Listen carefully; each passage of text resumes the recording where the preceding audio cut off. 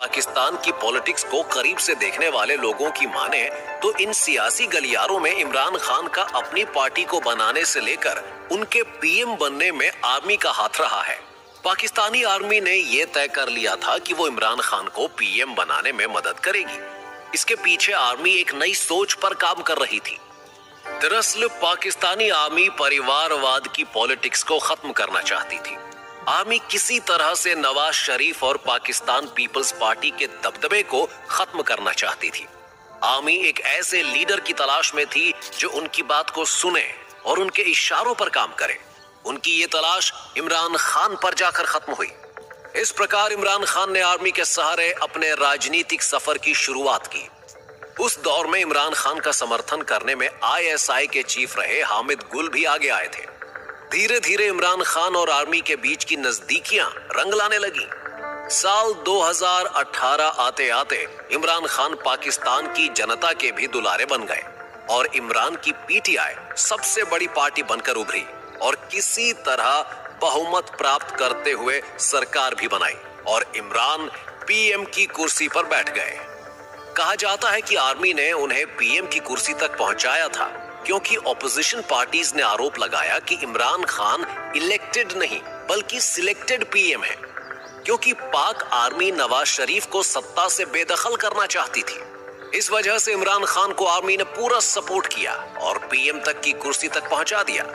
इस बात का यकीन हम इसलिए भी कर सकते हैं क्योंकि मई 2018 में इमरान ने न्यूयॉर्क टाइम्स को इंटरव्यू दिया था जिसमें उन्होंने कहा था कि उन्हें पाकिस्तानी आर्मी के साथ मिलकर काम करने में कोई हिचक नहीं है। उनके इस बयान से पता चल रहा था कि वो आर्मी के साथ तालमेल बैठा लेंगे। इस प्रकार इमरान आर्मी की आंखों के तारे बन गए। कहा जाता है कि जब तक आपका टाइम अच्छा चल रहा हो तब तक आपकी ठाठ है, लेकिन यही टाइम जब आपसे रूठता है तो आपकी उल्टी गिनती शुरू हो जाती है। इमरान खान के साथ भी ठीक ऐसा ही हुआ। जब तक इमरान खान आर्मी की आंखों के तारे थे तब तक इमरान खान अपनी सरकार मजे में चला रहे थे। विपक्षी नेता भी इमरान खान पर तंज कसते हुए उन्हें आर्मी का दुलारा तक कहते थे, लेकिन बाद में यही आर्मी उनके खिलाफ हो गई और फिर क्या था, इमरान खान पाकिस्तान मिलिट्री की आंखों में ही चुभने लगे। इसका नतीजा ये हुआ कि आर्मी ने उन्हें पॉलिटिकल पिच पर आउट कर दिया। लेकिन अब सवाल ये उठा है कि आखिर ऐसा क्या हुआ जो अचानक से इमरान और पाकिस्तानी मिलिट्री में एक जंग सी छिड़ गई और पाकिस्तानी मिलिट्री इमरान को अपना दुश्मन समझने लग गई। चलिए इसे समझने के लिए इमरान खान जब पीएम बन चुके थे उस वक्त में चलते हैं। इमरान ने जब पीएम की पोस्ट को संभाला तो उन्होंने नया पाकिस्तान बनाने की बात कही। इतना ही नहीं, आर्मी को खुश करने के लिए उन्होंने कोई कसर नहीं छोड़ी। पाकिस्तान की राजनीति को करीब से देखने वाले लोगों की माने तो इमरान खान आर्मी को खुश करने के लिए कई सरकारी फैसलों में उनकी राय लेने लगे। इमरान अपनी सरकार को बचाने के लिए जरूरी सांसदों के नंबर से लेकर कानून पास कराने जैसे काम आर्मी की हेल्प से करते रहे। इमरान खान ने अपनी सरकार को शुरुआती दिनों में अच्छी तरह से चलाया और उधर आर्मी भी उनके कामकाज को लेकर खुश थी। लेकिन अक्टूबर 2021 के एक इंसिडेंट ने इमरान खान और आर्मी के रिलेशनशिप में दरार पैदा कर दी और दोनों एक दूसरे के विरुद्ध हो गए। अब सवाल ये उठता है कि ऐसी कौन सी बात थी जो वक्त इस तरह से पलट गया। दरअसल मामला अक्टूबर 2021 का है जब आर्मी चीफ कमर जावेद बाजवा ने आईएसआई चीफ फैज हमीद का ट्रांसफर कर दिया। इसके साथ ही कमर जावेद बाजवा चाहते थे कि लेफ्टिनेंट जनरल नदीम अंजुम को आईएसआई का नया चीफ बनाया जाए, लेकिन इमरान खान को यह स्वीकार न था। वो चाहते थे कि हमीद ही आईएसआई चीफ के तौर पर आगे भी काम करते रहें। इसका परिणाम यह हुआ कि इमरान ने 3 हफ्ते तक उस फाइल को आगे बढ़ाया ही नहीं। इमरान खान की इस हरकत पर आर्मी काफी नाराज हो गई। बात यहीं खत्म नहीं हुई, दोनों के बीच तलवार खिंच गई। पाकिस्तानी आर्मी ने इमरान खान से अपना नाता तोड़ लिया और उसके खिलाफ हो गई। माना जाता है यहीं से पाकिस्तानी पीएम के तौर पर इमरान खान की उल्टी गिनती शुरू हो गई थी। लेकिन बाजार में रूमर्स कुछ और ही थे, जिनके हिसाब से इमरान खान पाकिस्तान की जनता को गुड गवर्नेंस देने में नाकाम रहे थे। इसीलिए जनता उन्हें पीएम के तौर पर देखना नहीं चाह रही थी। दोस्तों, इसके अलावा इमरान खान की कुर्सी गंवाने की एक और वजह भी सामने आई।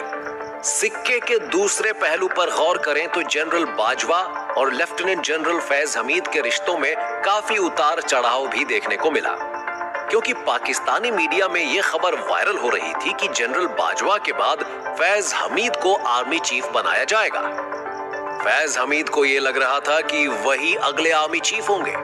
फैज हमीद ने अपनी ताजपोशी से पहले ही अफगानिस्तान के ऑफिशियल से भी ये कह दिया था कि वो अगले आर्मी चीफ होंगे। लेकिन अक्टूबर 2021 में जनरल बाजवा और फैज हमीद के रिश्तों में पूरी तरह से दरार आ गई और इन दोनों की लड़ाई में इमरान को सत्ता गंवानी पड़ी, क्योंकि इमरान खान चाहते थे कि लेफ्टिनेंट जनरल फैज हमीद को आईएसआई चीफ बनाया जाए, लेकिन आर्मी ने इमरान खान की बातों को सिरे से खारिज कर दिया और नवंबर 2021 में लेफ्टिनेंट जनरल नदीम अंजुम को पाकिस्तानी आईएसआई चीफ बना डाला। अब जनवरी 2022 में इमरान खान की सरकार के गिने चुने दिन ही बचे थे। इस बात का एहसास खुद इमरान खान को भी था, इसलिए उन्होंने जनता का प्यार पाने के लिए लगातार बयान देने शुरू कर दिए। उनके एक बयान में उनकी तरफ से यहां तक कहा गया कि अगर इमरान खान को सत्ता से हटाया जाता है तो वो पहले से ज्यादा अग्रेसिव हो जाएंगे। इमरान साफ तौर पर आर्मी को चैलेंज कर रहे थे, लेकिन इसके बावजूद इमरान खान अपनी सरकार को बचा नहीं सके। दूसरी तरफ नदीम अंजुम आईएसआई के चीफ के तौर पर अपना कामकाज भी संभाल चुके थे। इसके बाद वो घड़ी भी आई जिसमें इमरान की कुर्सी भी छिन गई। मार्च 2022 में विपक्षी दलों ने उनके खिलाफ नो कॉन्फिडेंस मोशन पेश कर दिया।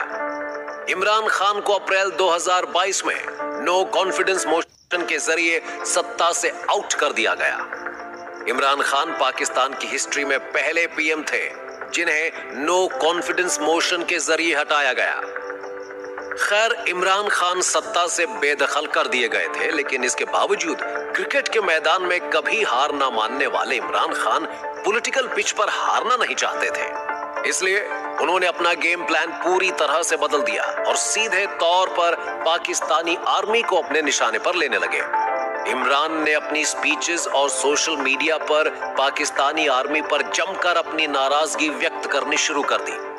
उन्होंने इस दौरान अपनी सरकार गिरने का उल्लेख करते हुए कहा कि वेस्टर्न कंट्रीज के षड्यंत्र के कारण सेना ने उनकी सरकार को गिराया है। इमरान खान अब पूरी तरह से आर पार की लड़ाई लड़ने के मूड में थे।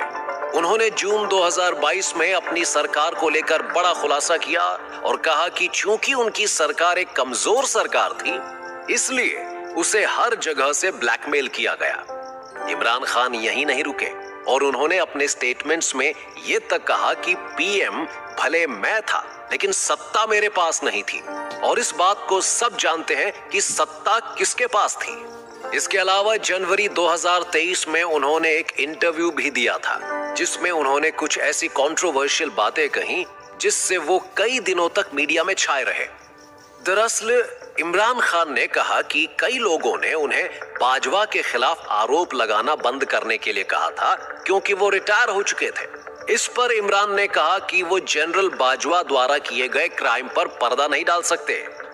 इमरान खान ने टीवी पर आगे कहा कि जनरल बाजवा अपने टेन्योर का और ज्यादा एक्सपेंशन चाहते थे, इस वजह से उन्हें मरवाकर पाकिस्तान में इमरजेंसी लगाना चाहते थे। इसी वजह से पिछले साल 3 नवंबर को इमरान खान पर जानलेवा हमला हुआ। इस हमले में उनके पैर को निशाना बनाया गया था और 3 गोलियां मारी गई थी। इसके बावजूद इमरान खान पीछे हटने के लिए तैयार नहीं थे। इमरान खान लगातार आर्मी पर बरस रहे थे तो दूसरी तरफ उनके आसपास एक ऐसा चक्रव्यूह तैयार किया गया जिसमें इमरान खान को जेल तक जाना पड़ा। दोस्तों, जैसे पाकिस्तान के इतिहास में देश की सारी पॉलिटिकल कड़ियां मिलिट्री से ही जुड़ी हुई थीं, वैसा दौर आज भी बना हुआ है।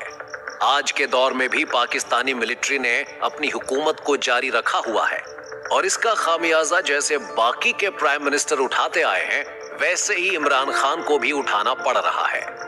अब तो इमरान खान के लिए नौबत ये आ गई है कि या तो वो देश छोड़ दें, नहीं तो उनके ऊपर आर्मी एक्ट के तहत एक्शन लिया जा सकता है।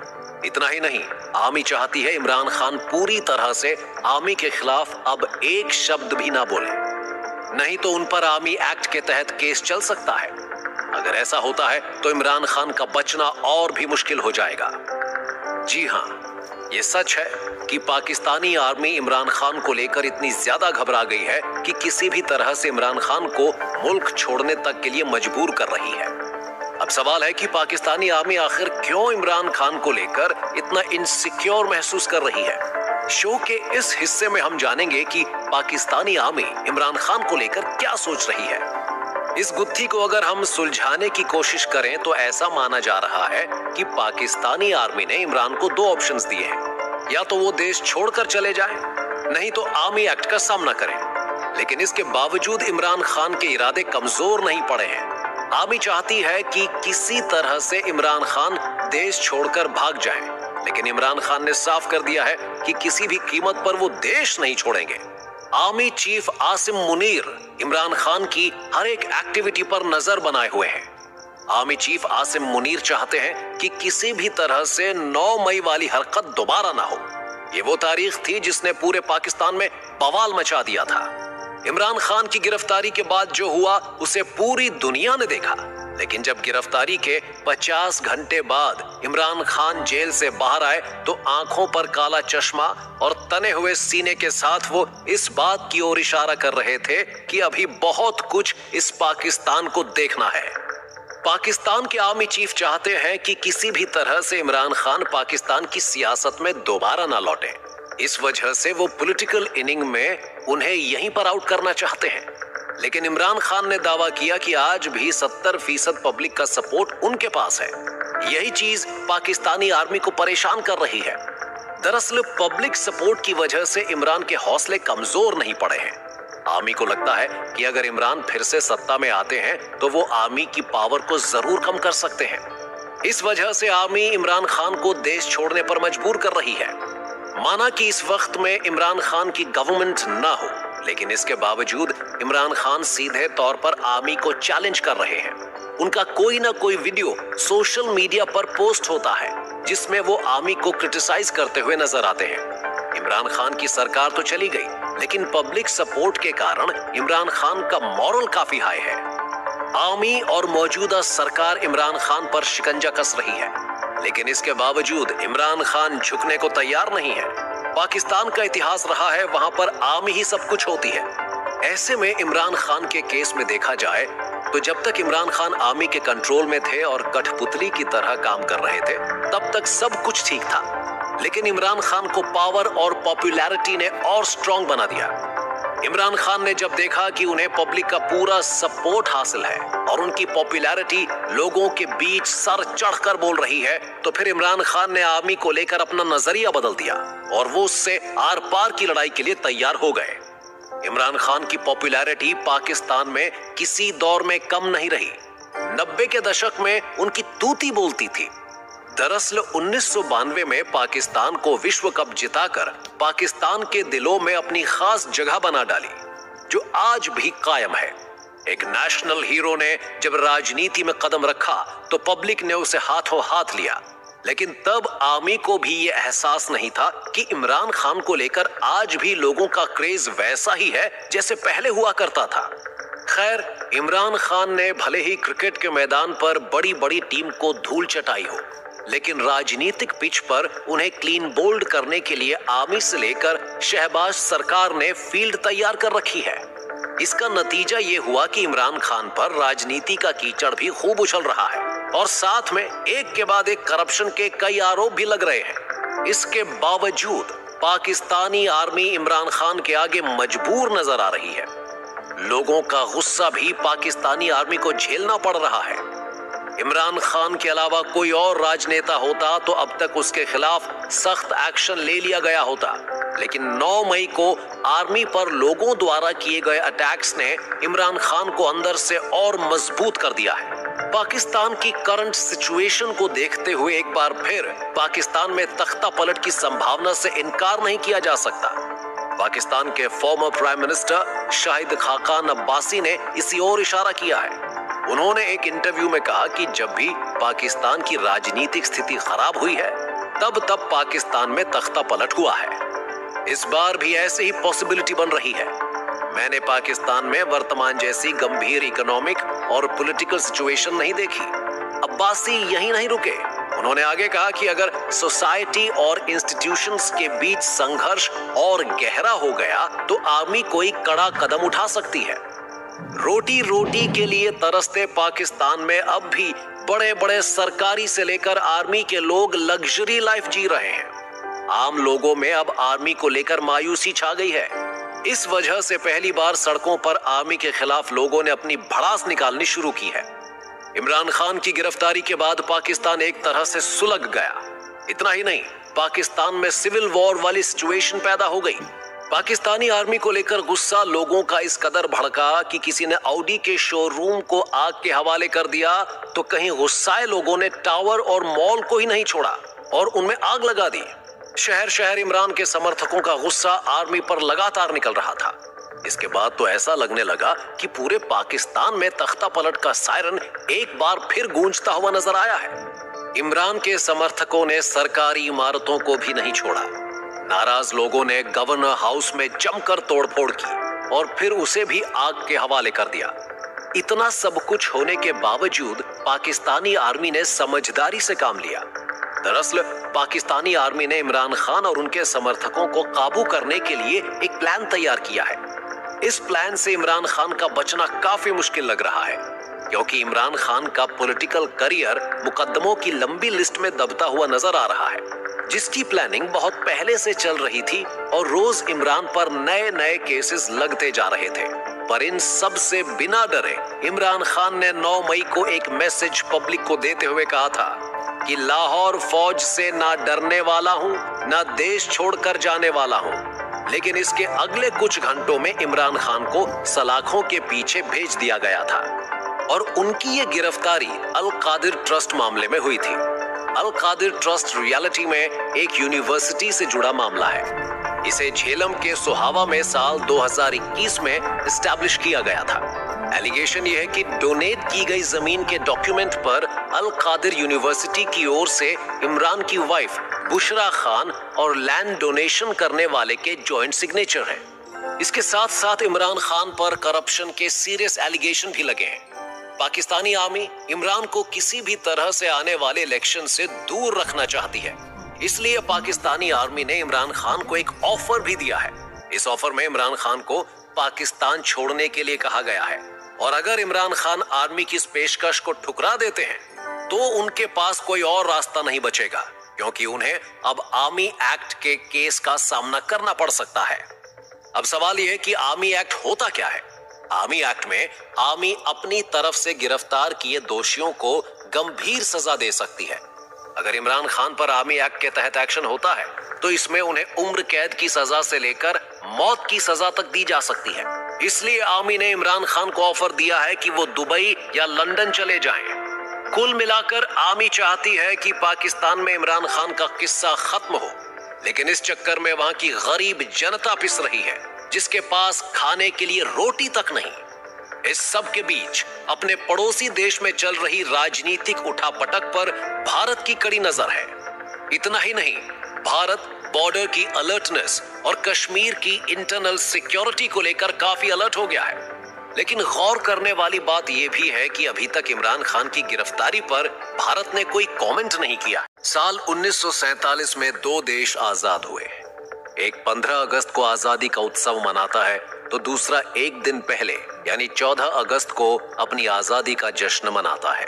एक का नाम भारत है तो दूसरा पाकिस्तान है, लेकिन आज की दोनों देशों की सिचुएशन में जमीन आसमान का फर्क है।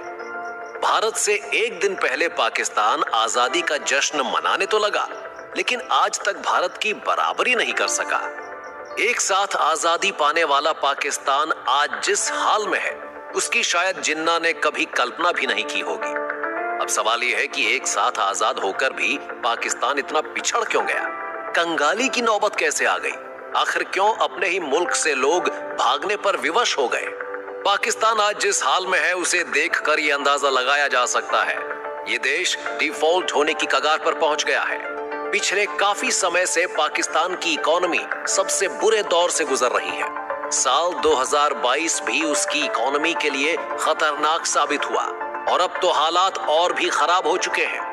पाकिस्तान में इस समय जहां एक और सियासी उठापटक चल रही है तो दूसरी ओर इकोनॉमिक क्राइसिस कम होने का नाम ही नहीं ले रहा है। शो के इस आखिरी हिस्से में हम बात करने जा रहे हैं पाकिस्तान का फ्यूचर कैसा दिख रहा है। साल 2022 के अप्रैल महीने में इमरान खान को सत्ता से हटाया गया था, लेकिन उसके बाद भी पाकिस्तान एक एक रोटी के लिए तरस रहा है। दुनिया के दूसरे देशों से मदद की गुहार लगा रहा है।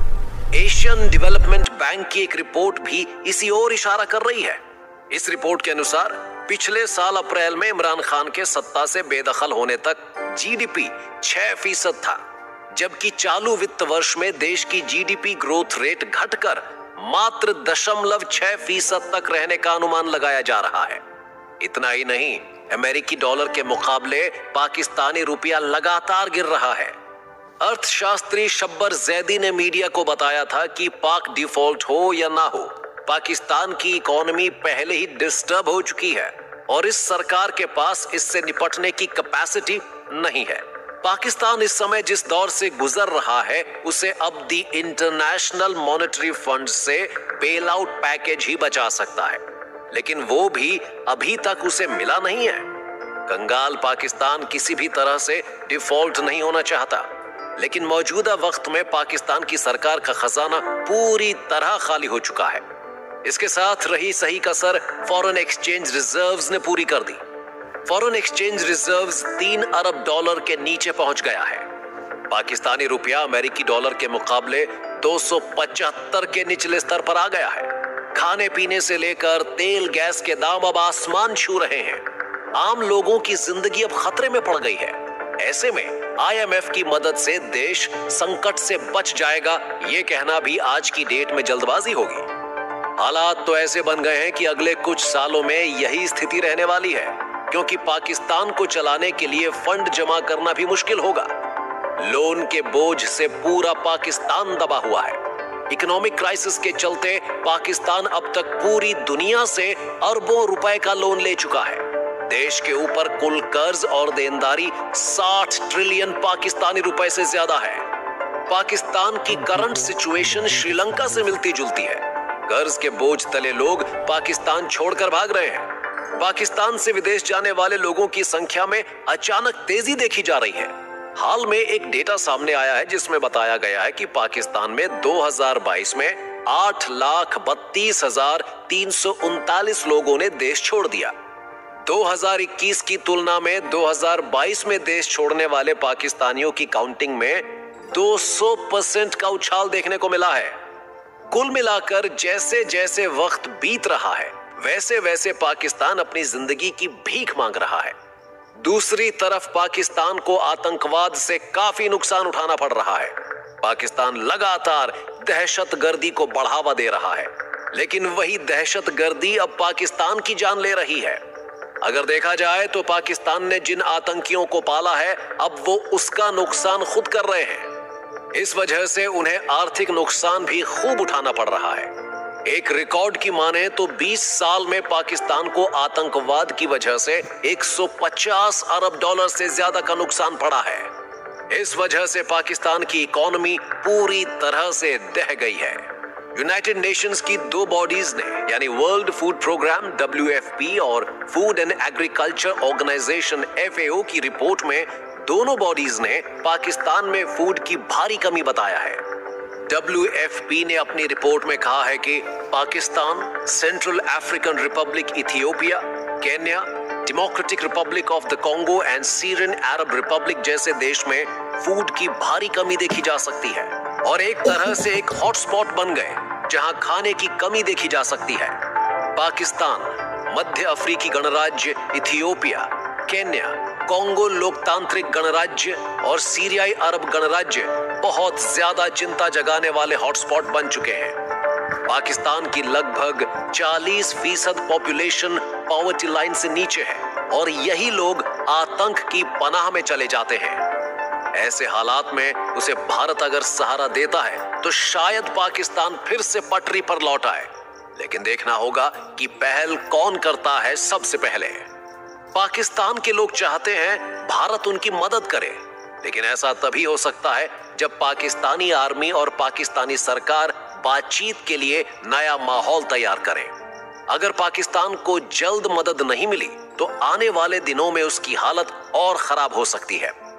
दूसरी सबसे बड़ी बात, वहां पर चल रही सियासी लड़ाई को भी जल्द खत्म करना होगा, नहीं तो पाकिस्तान को बर्बाद होने से कोई नहीं बचा सकता।